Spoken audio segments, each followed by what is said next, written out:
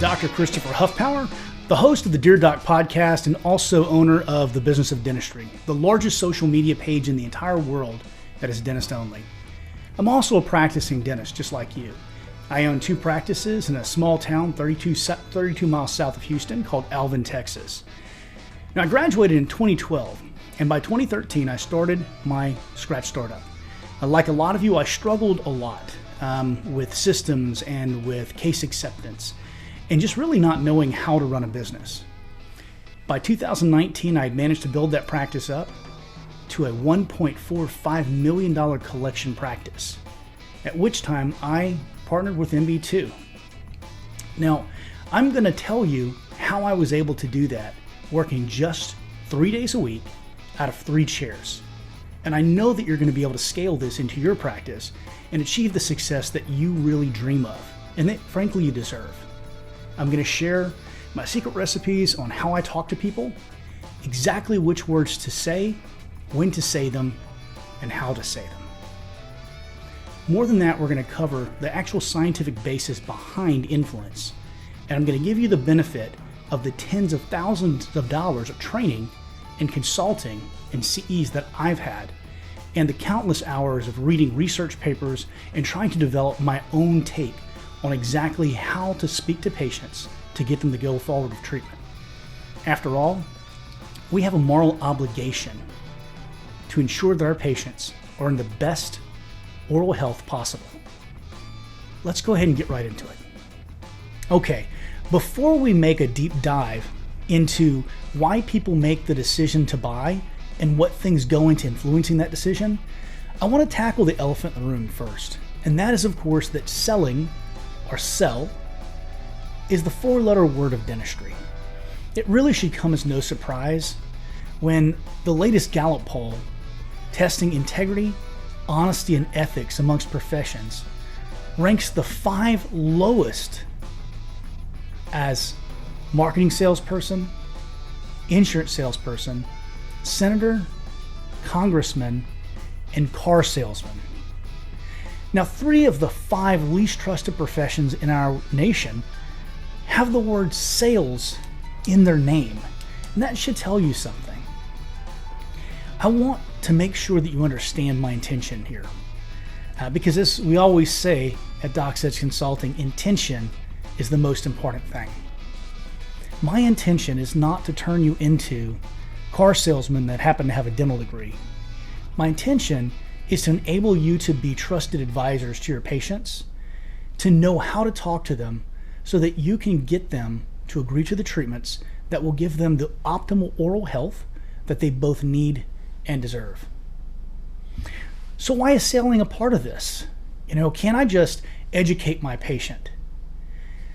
You can, and that does work for certain types of patient because that's what they desire. But finding out what kind of patient is in your chair and how to actually communicate with them is super important. Did you know that 75% of all treatment plans in dental offices today in the United States are never actually completed? What kind of a difference would it make if you were able to complete 75% of your treatment plans versus 25%? What kind of difference would it make in your practice? What kind of difference would it make in your patients' lives? So why selling? I want to introduce you to some concepts. You're going to see the net profit formula. And what that states is that revenues minus cost of goods sold is equal to your gross profit. And that gross profit minus general and administrative costs is equal to your net profit. Now, this is something that pretty much every business uses to determine where their costs are and to determine how they can become more profitable. So your cost of goods sold in general is your direct labor, your raw materials, your shipping, and things like that. It's what's required to manufacture the product. Your general admin costs is your overhead cost, your indirect labor, your facilities, your utilities, insurance, taxes, the cost of sales. So in dentistry, we use a slightly different model simply because it makes it more easily understood from our specific business. And that is called the practice productivity formula. Let's talk about that. The practice productivity formula says that the number of visits multiplied by the production per visit, multiplied by the percent that you collect from that production, minus your total overhead, is equal to profits. So what does that exactly boil down to? So your number of visits is going to be the total new patients that you have coming through your doors, your reappointed patients, your reactivated patients, your case acceptance patients, the ones who are coming in to get their work done. And reduced broken appointments also weigh into there as well. So in your production, the way that you can make your production go up is to increase your fees, reduce PPO dependency, expand your treatment plan, your treatment procedures, the types of things that you can do in your practice. I like to call them profit centers. You can diagnose needed treatment on a comprehensive basis, and you can increase your case acceptance. Now, it should be obvious at this point that the reason that I'd like to teach you a little bit more about the techniques and the philosophies and the science behind sales and influence is because we can directly increase our profits by increasing the production per visit.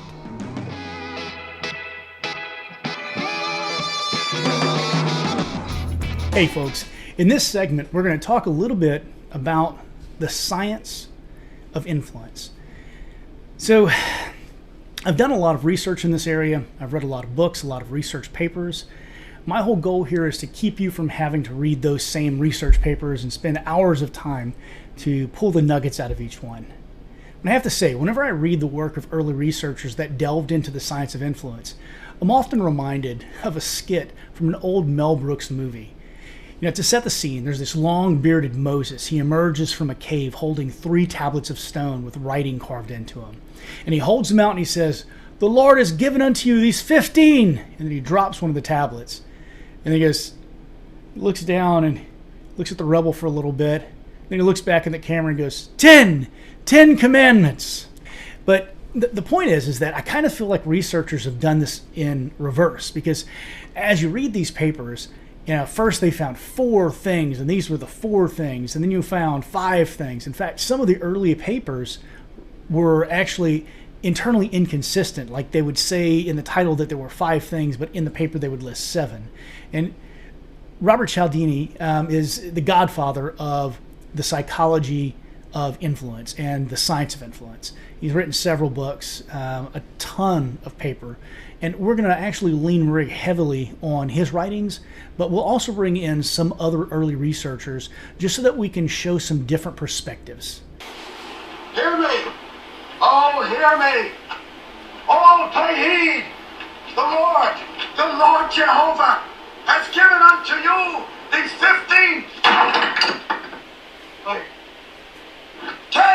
10 commandments!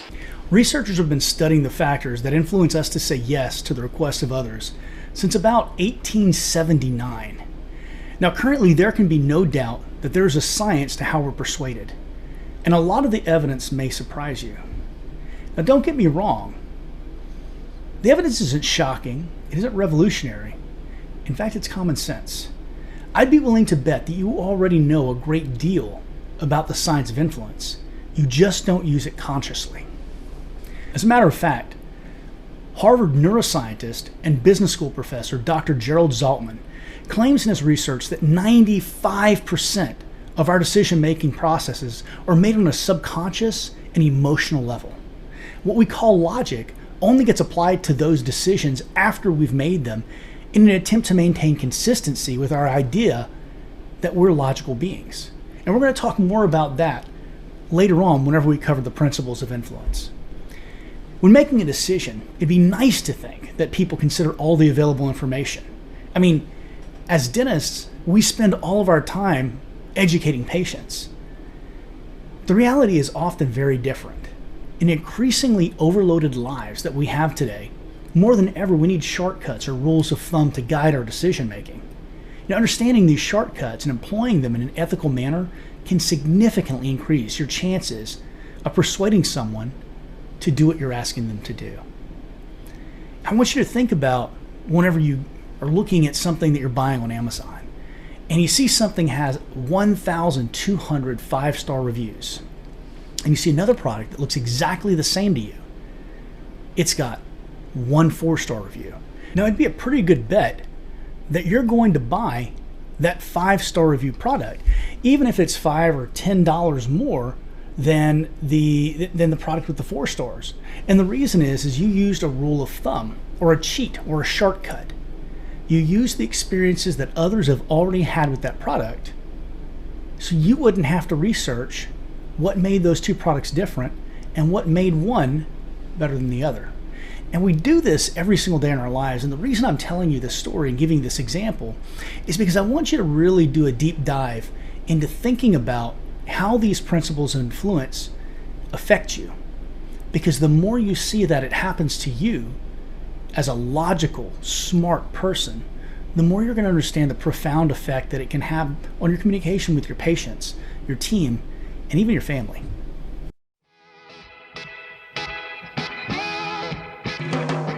Okay guys, buckle up.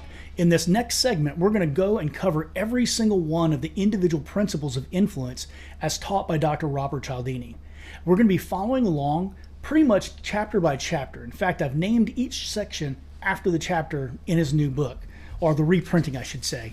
And that is Influence, the Psychology of Persuasion. Now, if you look in the files that we've given you, I actually managed to download a copy in PDF format of both Influence and his second book, Persuasion, from ResearchGate. Now, they're older copies of the book, and they may not be in exactly the same order, but they'll still benefit you greatly. If you do find benefit of them, please buy his books, because you got value from it. His second book is Persuasion. Persuasion, a revolutionary way to influence and persuade.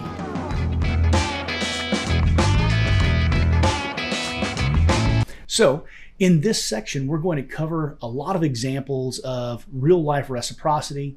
We're going to talk about how you can use reciprocity in your own office. And we're going to talk about how the knowledge of reciprocity itself may allow you to resist being taken in by scams and things like that. I hope you enjoy the section. Let's go ahead and get into it. According to sociologists and anthropologists, one of the most widespread and basic norms of human culture is embodied in the rule of reciprocation. In fact, research has shown that the rule of reciprocation is present throughout human society across the world. It seems to be absolutely ubiquitous. Now, the rule requires that one person repay in form or in kind what another person has provided to them. By obligating the recipient of an act to repayment in the future, the rule allows for one individual to give something to another with confidence that it is not being lost. This sense of future obligation within the rule makes it possible for the development of various kinds of continuing relationships, transactions, and exchanges that are beneficial to society. Consequently, all members of societies are trained from childhood to abide by the rule or suffer from serious social disapproval. I want you to think about some of the words that we use to describe people negatively. Freeloader, leech, gold digger. These are all horrible words. Whenever you say them, you hear them, you get this awful connotation. And why? Because it's a person who's broken the social contract by taking that which was not theirs and giving nothing in return. So we can see that this is kind of ingrained in us. As children, we're taught to say please and thank you. More on please later, because there's some really interesting news on that whenever it comes to reciprocity. But these are basic behaviors that we're taught as children. If somebody gets you a Valentine's Day card, you're supposed to give them one. Whenever you're a kid, you're supposed to give everybody in the class a Valentine's Day card, on the off chance that they're giving you one as well, because you don't want to be the rude kid who shows up with nothing and gets Valentine's Day cards from everybody else. You'd be an absolutely heel. You'd be a social pariah. So it's interesting how this is mixed into our society. When you think really deeply about it, it makes a lot of sense. If you think about a hunter and gatherer society where great amounts of labor were spent to forage so that you could get food. Well, let's say that you, in your village, you were able to secure lots of acorns. This is actually a real example from the northeast of the United States. So you had these acorn forests, right? Well, you might travel miles and miles to the seacoast to trade your acorns for salt that people got that was dried off of the sands, or for fish, or salted fish even. And so if you were to bring them your berries or your acorns or what have you and say, hey, here's my berries or my acorns, and they gave you nothing in return, well, it would completely keep you and your family or your tribe from ever doing that again. So this basic rule of reciprocity is actually speculated by anthropologists and sociologists to be the cornerstone of society. They say that society probably couldn't exist if we didn't have reciprocity in place. You know, it's interesting to me. The decision to comply with another's request is frequently influenced by the reciprocity rule. You know, one favorite and profitable tactic of certain compliance professionals is to give something before asking for a return favor. Exploiting this tactic is due to three characteristics of the rule. The first one is that because it's such an ingrained part of our society, it's super, super powerful. It often overwhelms other factors that normally would determine compliance with the request. I mean, you don't even have to like someone to be compliant with their request if it's made in a way that creates reciprocity. And we're going to look at some studies later and some case studies about how we can show that that actually happens. So the second part of the rule of reciprocity that makes it even more powerful is that the rule applies even whenever the favor that created it was uninvited. That reduces our ability to decide who it is we wish to owe and puts the choice in the hands of others. And finally, the rule can spur unequal exchanges. To be rid of the uncomfortable feeling of being in debt to someone else, an individual often agrees to a request that is substantially larger than the favor that they received originally. And regarding those last two rules, the unasked for favors and the fact that reciprocity can provide an even greater result than the gift that was given, or one that is out of keeping with the size of the original gift, is something I remember from my childhood.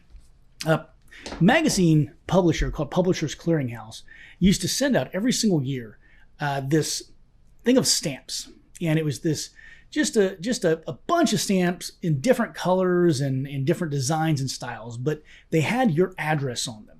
And the whole idea was you could take these self-addressed stamps and you could stick them on your envelopes and you wouldn't have to write out your address.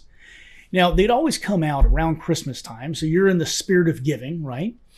And the package was really kind of masterful whenever you think about it in the terms of reciprocity. The first thing they said is, this is our free gift to you during this holiday season. We hope that you'll find some of our offerings to be interesting. Please pick up to 5 magazines from this list to receive a free trial subscription. What later goes on to say that trial subscription becomes a real subscription after the first copy of the magazine gets to you. And so it was interesting that instead of please pick whatever magazines you want, they said up to 5. So they added scarcity there, right? Which was kind of clever. They added reciprocity with their free gift, but they also capitalized on those last two rules of reciprocity, because we hadn't asked for this package of stamps, had we? It was an unasked for gift. And then they wanted us to buy magazines, which were like $45 or $50 for each year subscription. They wanted you to buy up to 5 of them. So you're looking at $250 if someone did their maximum number of magazines that they could select under this special offer. And so you're looking at a 5-cent sheet of address stamps and a $250 sale for the company. You know, whenever you look at the third rule of why the reciprocity portion of influence is so important and so powerful. It's that reciprocity can engender a repayment that's much larger than the original debt was to begin with. There's one study that showed that they had this guy in a room, and he is presumptively in this study with another person, and they're supposed to be critiquing art. Well, in reality, the study was actually a study of reciprocity and its effect upon individuals who didn't know each other. So the guy would leave for the break, and he would come back with a Coke or not come back with a Coke. And he would give one Coke to the other person and say that he got it for him because they looked thirsty, and he'd keep his Coke himself. And the other one, he didn't bring anything back. No Coke for him, no Coke for them. And what they found is that later, when he hit them up to ask them if they'd buy raffle tickets, that they would buy an enormous amount of raffle tickets, sometimes up to 500 times the value of the original gift of that Coca-Cola. So you can see that whenever you cause somebody to feel obligation toward you, their receptiveness toward a sale or an agreement or compliance to your desires goes up far more than it otherwise would have, and more than you should really reasonably expect. Another way that reciprocity works in our everyday lives is actually kind of a twist on the basic theme of reciprocity. And that is, when you ask someone for something, if they refuse your request, you can then follow up with a second request that's somewhat smaller, somewhat easier for them to make. And most of the time, they will do whatever it is they're asked to do in that second request.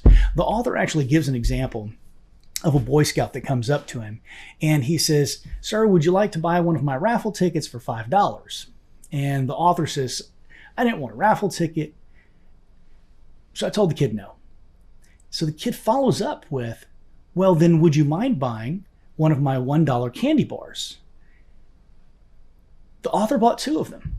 And he said, on reflection, walking away from the kid, it struck him that this was an unforeseen, unstudied side effect of reciprocity, because he didn't like chocolate and he did like money, but now he was walking away from the kid and he had 2 chocolate bars and 2 less dollars. We mentioned earlier that if you know the levers of influence, if you know how they're used, then you can defend against them, and you can not be as influenced by them as you otherwise would have. Some studies have been done into exactly how to do this with the rule of reciprocity. So what they found is contrary to what I did, because once I learned about it, I just stopped taking gifts from everybody. If a rep would offer to take me out to lunch, I would snag the bill, because it put him in a sense of reciprocity toward me. And I'm telling you guys, when you're negotiating for equipment, do exactly this. It completely blows their mind. It flummoxes them.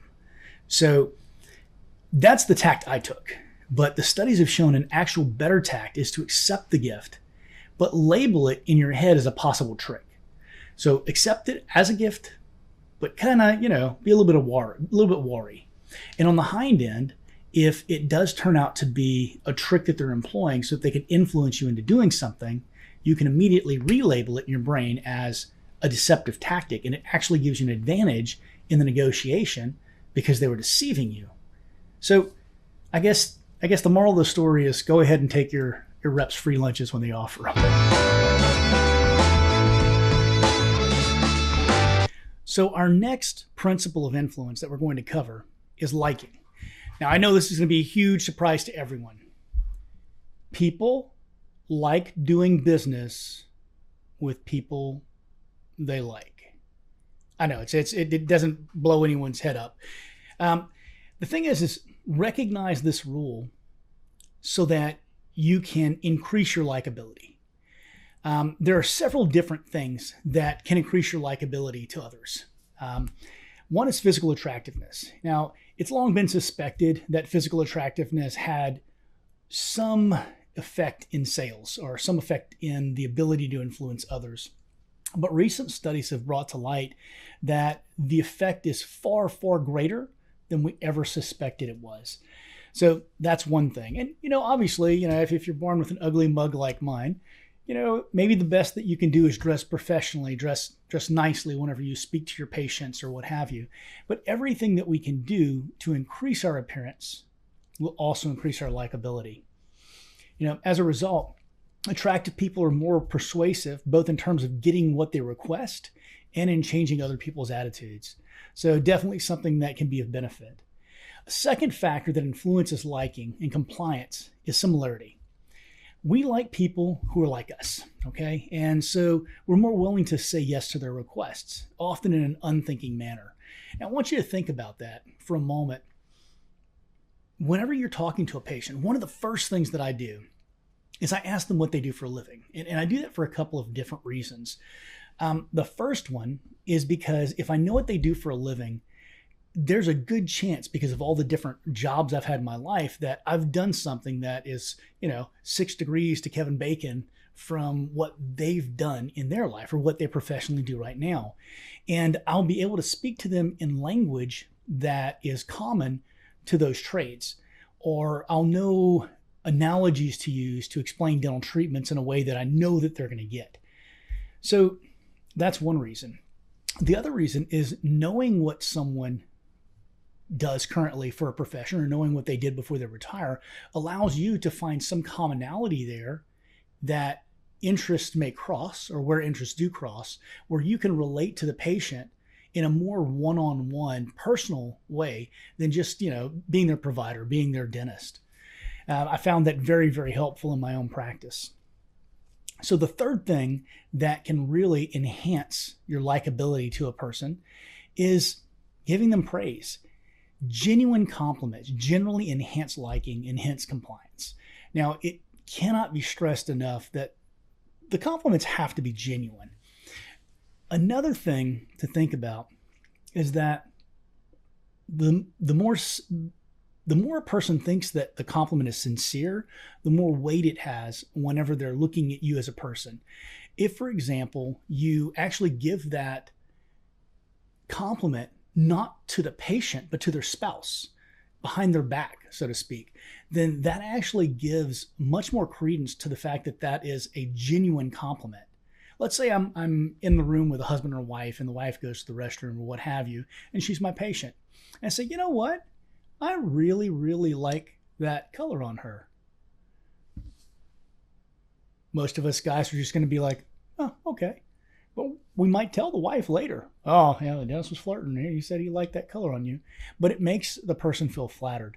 I try to pay really close attention whenever I'm talking to patients to the way that they dress, to their hairstyle. Now, I have to admit, I grew up with 3 sisters, and they tormented me horribly if I did not notice something that they had done with their hair or their nails, or if they had new shoes or a new blouse. And so I may be more keyed into it than most guys are, but it's always so amazing how flattering it is to the patient when I look at her and I say, Miss Wilson, are those new shoes? How did you notice? Well, I remember you were wearing those orange ones last time. I really like those. Those look really nice with your dress. You won't believe the amount of response you'll get from patients from that. So the fourth thing that influences whether or not people like you is your rapport with them, or the amount of time that you spend with them. Obviously, the amount of time that you spend with them under positive circumstances rather than negative circumstances. But what's really, really interesting here, and there's kind of a positive feedback loop, is the longer that you spend with someone, the more they like you. But the more they like you, the more your rapport builds. And so it's interesting how once you've begun gathering rapport, unless you do something horribly wrong, that rapport continues to snowball. Now, this is seen very, very easily whenever you look at your patients who don't complete their treatment immediately. You'll notice that at about 1 year or a year and a half or 2 years, they'll all of a sudden start doing all their treatment. Now, it's not because something magical suddenly happened and they have more money or whatever. It's that you've built up enough rapport that they trust you implicitly, and they're hearing those things over and over and over again at every single 6-month visit or 3 or 4 months visit for our perio patients.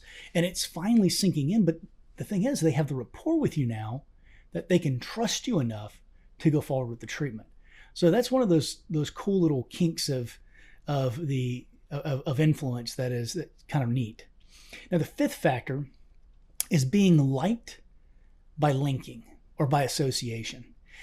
When we associate ourselves with products or things that the patient views in a positive manner, whether that be a sports team, or if it is a church, or if it is a hobby, those things also increase our liking because we are more alike. I actually kind of think this folds into the second rule, where we like people who are similar to us, but that's definitely something that that they cover in the book that very much works, is specifically linking yourself to things that have a very positive value associated with them.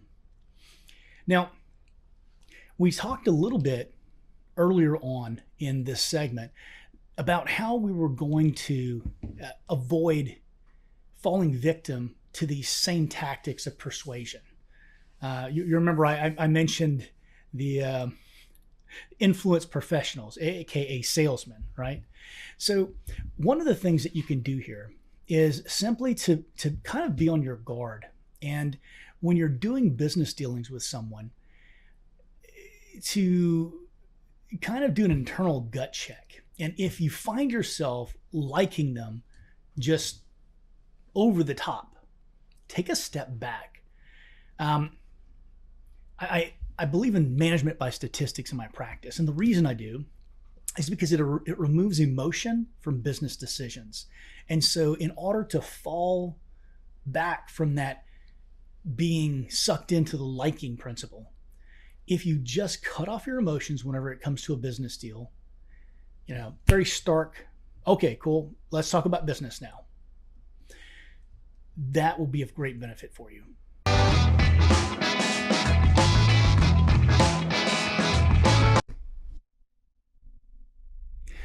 The next principle of influence that we're going to delve into is social proof. Now, in its most base form, social proof just means that people look to the opinions of others to inform their own opinions and actions. It's been found to have powerful effects among both children and adults in such diverse activities as purchasing decisions and charity donations, even phobia remission. The principle of social proof can be used to stimulate a person's compliance with a request by showing them that other people also are complying with that request. In fact, the more that those people are like them, the more likely it is that they're going to comply. So it can actually piggyback on top of liking. Social proof is the most influential under 3 conditions. The first one is uncertainty. When people are unsure, when the situation is ambiguous, they are likely to attend to the actions of others to inform their own actions. In ambiguous situations, for instance, the decisions of passersby to offer emergency aid are much more influenced by the actions of other bystanders than when a situation is a clear-cut emergency. So let's say, for instance, there's a guy who's laying on the side of the sidewalk, okay? And everyone's passing by him. What they have found in social experiments is that the crowd will simply pass by this guy and no one will stop to help. Now, if you plant one person who's bending over to help, all of a sudden it'll attract a crowd of people. And the more people that do that, the more people will go. So that's kind of an interesting concept there. It says some dark things about the human soul, I think. The second condition under which social proof is extremely powerful is whenever there are large numbers of people doing something. Anytime that there's a large cohort of people doing something, that action seems more correct or valid, more socially acceptable, or more feasible. I mean, think about the waves of things that we've had go on that you think to yourself, why would anyone eat a Tide Pod? Or why would anyone drink bleach? Why would anybody go out and get horse ivermectin instead of going to their doctor to get ivermectin if their doctor prescribes it? And the truth of the matter is that is kind of the dark side of social proof. When a whole bunch of people are doing something dumb, it's like lemmings running off the edge of a cliff. The third condition under which social proof is very powerful, is similarity. We kind of touched upon that a little bit earlier whenever we said, hey, there's lots of other people doing this and they're just like you. The more principles of influence you can stack on top of each other in something, the more powerful the message becomes and the more influential it becomes. So evidence for a powerful influx of actions of similar others can be seen in suicide statistics that have been compiled by David Phillips, a suicidologist. Anytime that a suicide makes the national news, or anytime a school shooting makes the national news, anyone who identifies with that person is much, much more likely to commit suicide themselves if they were on the fence, or to go on some sort of killing rampage. It's simply the sad side of our society and our 24-hour news cycle. It's why a lot of news organizations have stopped covering suicide. I wish they'd stop covering the school shootings as well, but it's kind of their function these days, I suppose. Now, in social proof, it's a big mistake that many communicators make is they actually decry the frequency with which something happens. And since you guys out there are all getting really, really smart about social influence and about the principles of influence, I know that you're thinking, well, if you're saying a bunch of other people are doing it, they get on the Me Too bandwagon. And that's exactly what happens. They find that there's big blooms of suicide activity and things like that when newscasters or talking heads start bringing up how many people are doing it. It has the opposite effect that's intended. It actually increases the number of people doing whatever that behavior is. So what do you do if you don't have any social proof? Well, one thing that you can do is you can cash in on future social proof. And the way that Dr. Cialdini describes that is basically you talk about honest trending factors.